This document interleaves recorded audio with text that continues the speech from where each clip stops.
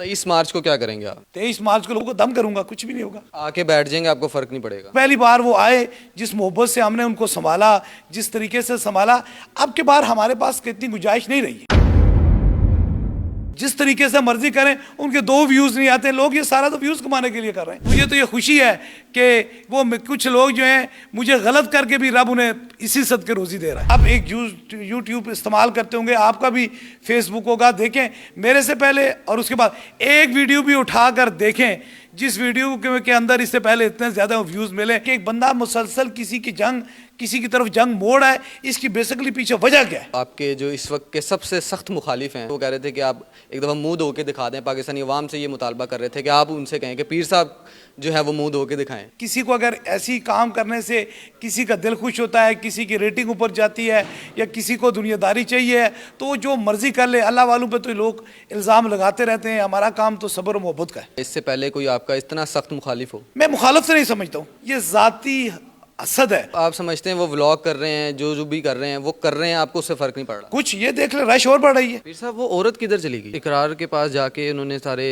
राज खोल दिए, सारे मामलात बता दिए। जो झूठ था ना, उस औरत ने सच करके दिखाया। 8 साल में कैंसर का मरीज जो है वो सर्वाइव नहीं कर सकता है। कान के साथ से जरा फोन हटा लेते ना, पता लगता है ये फूक किसकी लगी हुई है। मैंने उनको बड़ा करीब से देखा है, बड़ी मोहब्बतें देकर देखा है। उनको एक जाती कोई परेशानी है या जाती कोई तकलीफ है। क्या लगता है आपको, आपका अपनी ज़हनियत, आपका अपना लाशऊर क्या कहता है कि किस लिए वो ये सब कर रहे हैं? मैं तो ये कह रहा हूँ कि ये उनका कहना या करना सरासर गलत है। हमारा पैगाम है कि हुजूर का जहाँ गुलाम है बसता है वो हमारा सरदार है। जी, तो इस वक्त पीर हक खतीब बादशाह अली सरकार इस वक्त हमारे साथ मौजूद हैं और इनके शुक्रगुजार हैं कि हमें टाइम दे रहे हैं।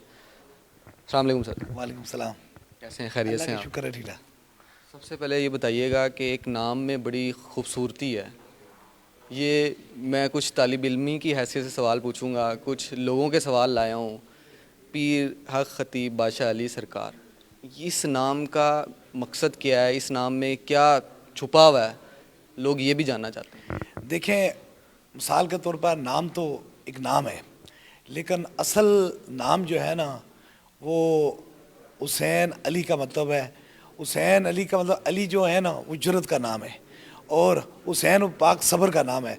अल्लाह ताला ने हमें जुर्रत भी दी है, सब्र भी दिया है, और साथ में जो है वो खतीब का मतलब है कि बोलने वाला, और हक का मतलब है कि सच एक नाम है।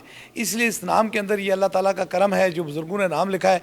इंशाअल्लाह ताला हम सब्र से भी काम लेते हैं, सच से भी काम लेते हैं, बोल भी सकते हैं और जुर्रत भी रख सकते हैं। वाह जी वाह। पीर साहब ये बताइएगा, अभी रिसेंटली व्लॉग देख के आ रहा हूँ मैं इकरार साहब का, अभी मैं उस तरफ आने लगूँ। उन्होंने ये कहा कि बादशाहों वाली ज़िंदगी है, बादशाहों वाला हुलिया है, बादशाहों जैसी चाल चलन है, उन्हीं की जैसा जो है वो तमाम मामलात हैं। यहाँ आके देखा है माशाल्लाह साफ़ सुथरी का माहौल है, आवाम की कसीर तादाद है, तो इतनी माशाल्लाह खूबसूरत आपने अक्सर हमने देखा है लिबास ज़ेबतन करते हैं। इसके पीछे भी कोई ख़ास वजह है? देखिए, मिसाल के तौर पर सफाई जो है ना वो निस्बे ईमान है।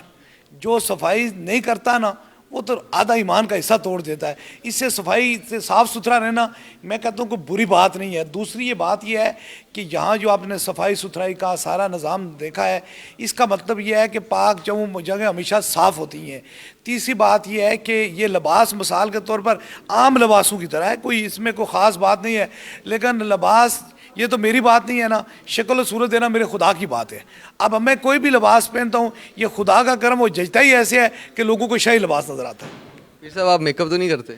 आप देख लें, मिसाल के तौर पर सामने की बात की कि अब जो लोग कहने में तो कुछ भी कह सकते हैं, सारी चीज़ें कह सकते हैं। इस तरह तो अपने आप को करना चाहिए जिससे खुदा हुसन दे, या खुदा जिस पर अपना करम फरमाए और दिल में हुजूर की मोहब्बत, तो वो चेहरा वैसे भी निखरा ही रहता है। ये आपको, आपके जो इस वक्त के सबसे सख्त मुखालिफ हैं वो ज़ाहिर है अब ये अखलाकियात से गिरी बात है, जो भी है, इसका क्या जवाब देंगे? वो कह रहे थे कि आप एक दफ़ा मुंह धो के दिखा दें। पाकिस्तानी अवाम से ये मुतालबा कर रहे थे कि आप उनसे कहें कि पीर साहब जो है वो मुंह धो के दिखाएं। देखें, मिसाल के तौर पर मैं 5 वक्त में वज़ू करता हूँ, वज़ू में रहता हूँ, साथ में मुंह को छोड़ें हाथ को देख लीजिए। अगर हाथ बराबर ना हो तो फिर मुंह तक पहुँच जाइए।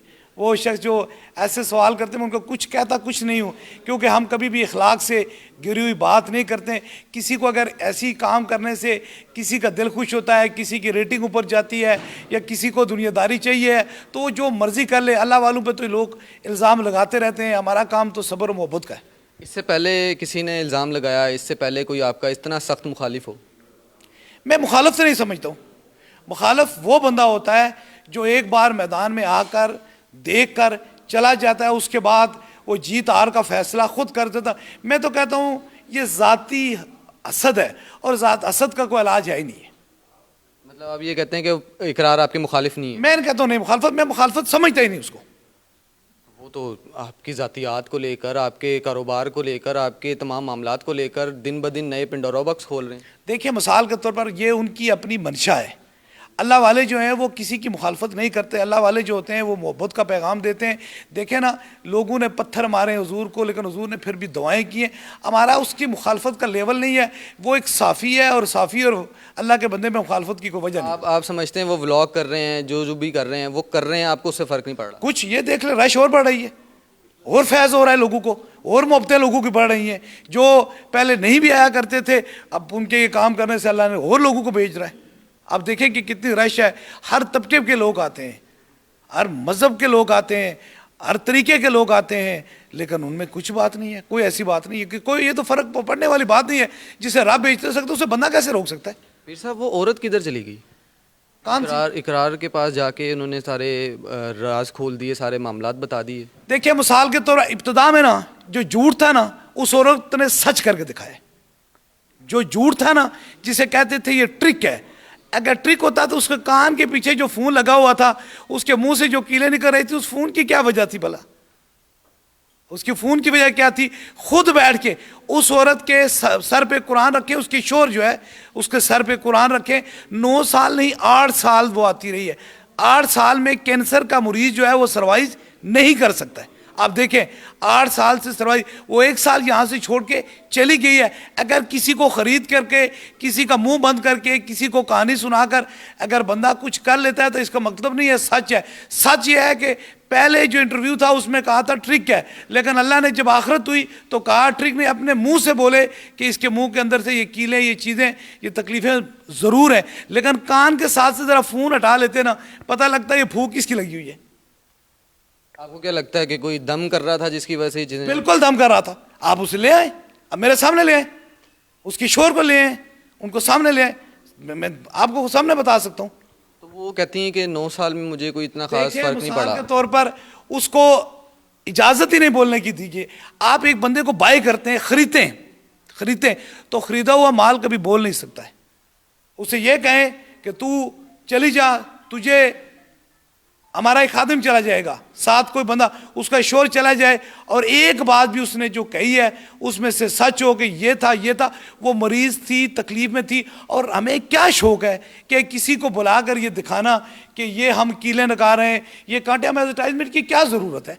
ज़रूरत तो उस बंदे को होती है जिसको चाहिए। हम जब होश संभाला तो 50-50 हज़ार बंदा हमारे मुर्शिद, हमारे बाप के पास आता था, लोग दम कराने के लिए आते। उन्हें किसी को कीलों, इन चीज़ों से कोई इंटरेस्ट तो नहीं है ना, लोगों की शफाई को उससे इंटरेस्ट है। ये भी इल्ज़ाम लगाया कि जब मुख्तलिफ शख्सियात आती थी तो वो उस औरत को बाकायदा इसलिए बुलाया जाता था, उनको इम्प्रेस करने के लिए, दिखाने के लिए। आमिर लियाकत आए, शाहिद खाकान अब्बासी आए।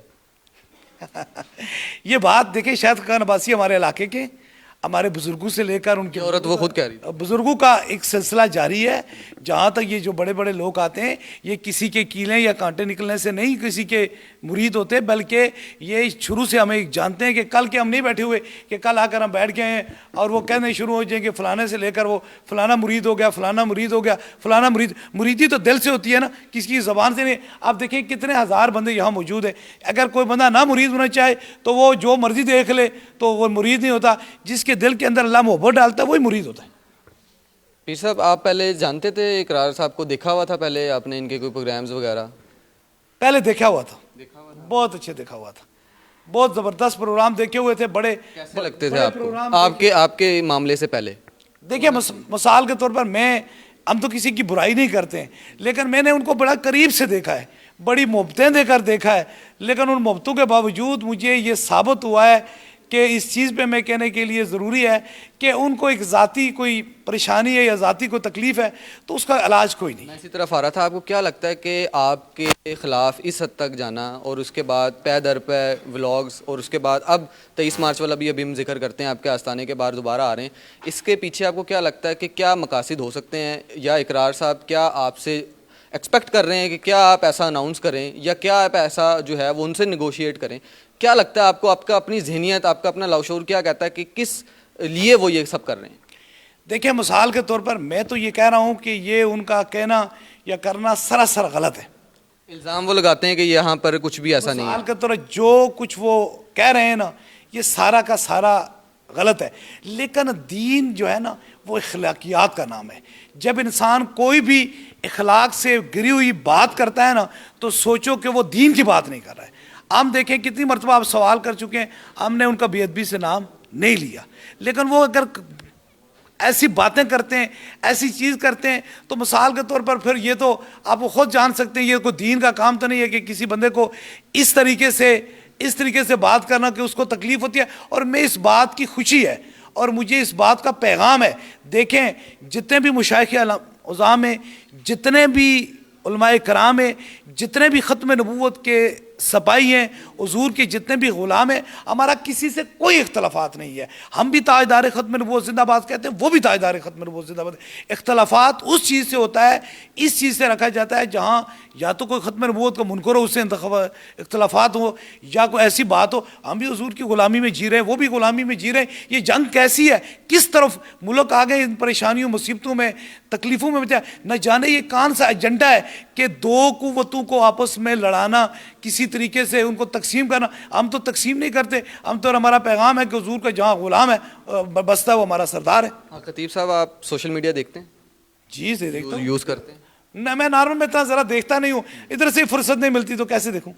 उसके कुछ आपको एनालिटिक्स बता रहा हूँ, कुछ देख के आ रहे हैं हम, कुछ चीज़ें देखी हैं उसके ऊपर। अगर देखा जाए इस केस को लेकर जहाँ इकरारुल हसन और आपकी सही और गलत की ये जो जंग चल रही है, इसमें जो 98% ऑडियंस है या जो तजिया कह लें या राय कह लें लोगों की, वो इकरारुल हसन के सपोर्ट में आती है और वो ये कहते हैं कि इकरारुल हसन ने बड़ा जहाद कर रहे हैं, वो बड़ा अच्छा काम कर रहे हैं, वो आपको एक्सपोज कर रहे हैं। आप इस बारे में अपनी क्या राय रखते हैं? देखिए, बात यह है कि मिसाल के तौर पर एक घर है जो शीशे का है, लगता है उसे छोटा सा पत्थर है, टूटता तो वो शीशे का बहुत बड़ा घर है।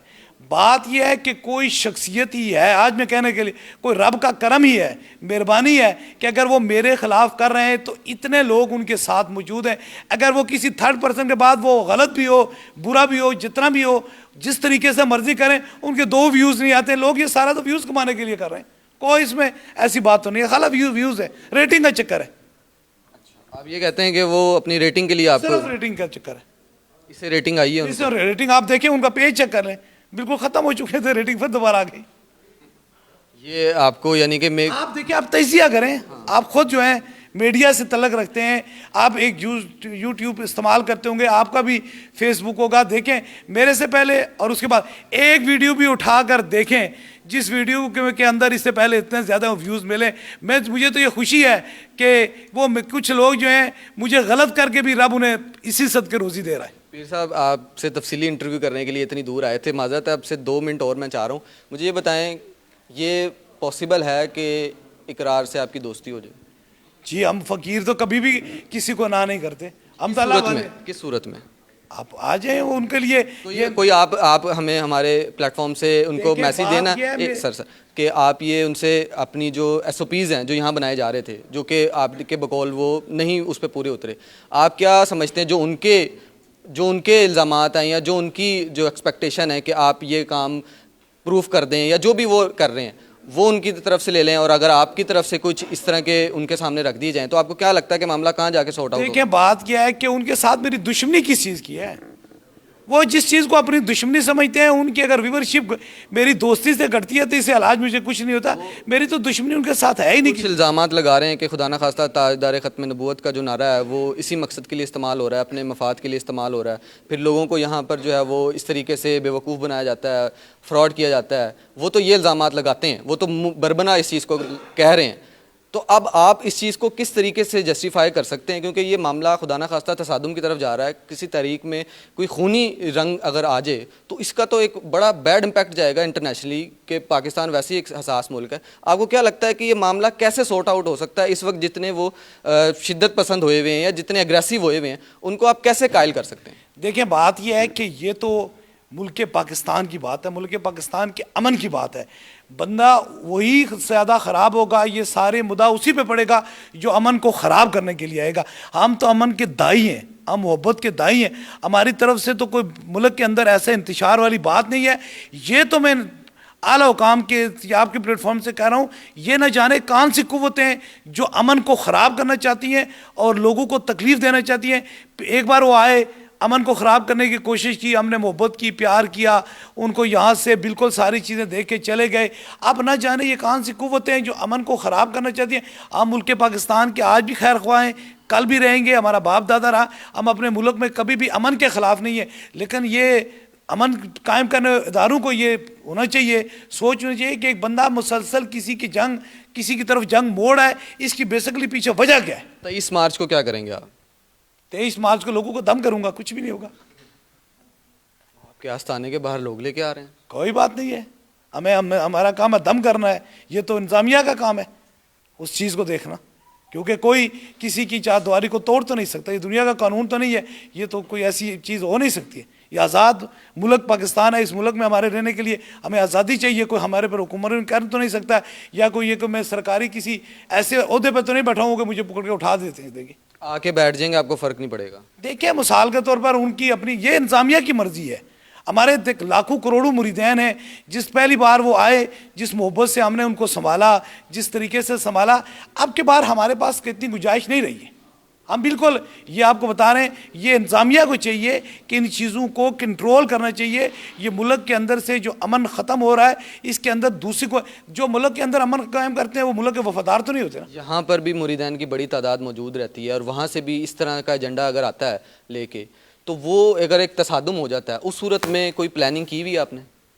देखिए, मिसाल के तौर पर हम तो पहले ये कह रहे हैं कि हमारी तरफ से कभी भी इस अमन, वो रमज़ान का बरकत का महीना है, रमज़ान की शब है, रोज़ा अफ्तार कराएंगे आप? रोज़ आप देखें, रमज़ान की बबरकत घड़ियाँ हैं। आप रोज़ा तो अफ्तार करवाएं, लंगर भेजिएगा। देखिए, मिसाल के तौर पर हम तो रोज़ा पूरी दुनिया के लोग जो आते हैं उनको अफ्तार कराते हैं। वो बहुत से रोज़ा अफ्तार करा सकते हैं, ऐसी कोई बात नहीं है। कराएंगे, आप बरमला कह दें मैं रोज़ा अफ्तार कराऊंगा, बाहर आके बैठे, रोज़ेदार हैं, हमारे भाई हैं, मुसलमान भाई हैं, नबी के उम्मती हैं। देखिए, मिसाल के तौर पर हम इस तरफ देखिए, मिसाल के तौर पर हम लड़ाई की तरफ तो नहीं जा रहे हैं ना। मुझे लास्टली ये बता दें, जिन्नात के हवाले से आपके पास किस किस किस्म के लोग आते हैं, उनके ऊपर क्या क्या असर होता है, थोड़ा सा ही बताएं। अच्छे जिन्नात, बुरे जिन्नात, लोगों में ये बड़ा जो है वो वसवसा पाया जाता है, घरों में भी लोग जो है वो वहम में आ जाते हैं इस तरह की चीज़ें देख के। आप देखिए, खुद आपने देखा होगा, इसका तजिया आप खुद कर लें कि लोग ऐसी मर्जों में होते हैं। जिन्नात से इनकार जो है वो कुरान से इनकार है, उनका कुरान में जिक्र है। तो ये लोग ऐसे मुख्तलिफ बीमारियों में आते हैं। आपने मेरा ख्याल खुद भी देखा होगा अभी, ये सारे बच्चे देख लिए, बच्चा बीमार है, बच्चा तो नहीं कर सकता, ये एक पूरा ख़ानदान बीमार है, तकलीफ़ में, एक पूरा ख़ानदान तकलीफ़ में। बाकी जहाँ तक मेरा या ये सारी चीज़ का चक्कर है, हम किसी के हुजूर के ग़ुलाम हैं, हुजूर की ख़त्म नबूवत के नौकर हैं। साथ में दूसरी बात यह है, मखलूक की खिदमत है, हमदर्दी है, प्यार है। हमारे अंदर ना नफ़रत है, ना लड़ाई है, और ना ऐसी चीज़ें, ना इस तरफ हम जाना चाहते हैं। ये हमारा पैगाम है कि हम किसी भी चीज़ को अपनी तरफ, जंग की तरफ मोड़ना नहीं चाहते हैं। ये मैं आपके थोड़े से पूछता हूँ कि एक जंग कोई करना चाहता है तो उसकी अपनी मर्ज़ी है, वो जाने और उसकी इंतज़ामिया जाने। बहुत शुक्रिया, पीर हक खतीब हमारे साथ मौजूद थे, और जिस तरीके से आखिर में इन्होंने ये कहा है कि ये किसी के किस्म के तसादुम के जो है वो उस तरफ नहीं जाना चाहते, और इंतज़ामिया के ऊपर जो है ये मुकम्मल तौर पर एतमाद करते हैं कि अगर इकरारुल हसन जो हैं वो 23 मार्च को एक बड़ा लश्कर लेकर इनके जो आस्थाने के बाहर पहुँच रहे हैं, तो इसमें इनका कोई सरोकार नहीं है कि इन्होंने अपने मुरीदैन को या अपनी इंतज़ामिया के लोगों को किसी भी हवाले से कोई गाइडलाइन दी हो। फ़िलहाल तक हमें यही मालूम हुआ है, इन्होंने ये प्रॉपर ज़िम्मेदारी जो है वो इंतज़ामिया पे छोड़ी है। अब इकरारुल हसन ने देखना है कि इसका क्या सद्देबाब करते हैं वो। नियो से इजाज़त दीजिए, अल्लाह हाफ़िज़।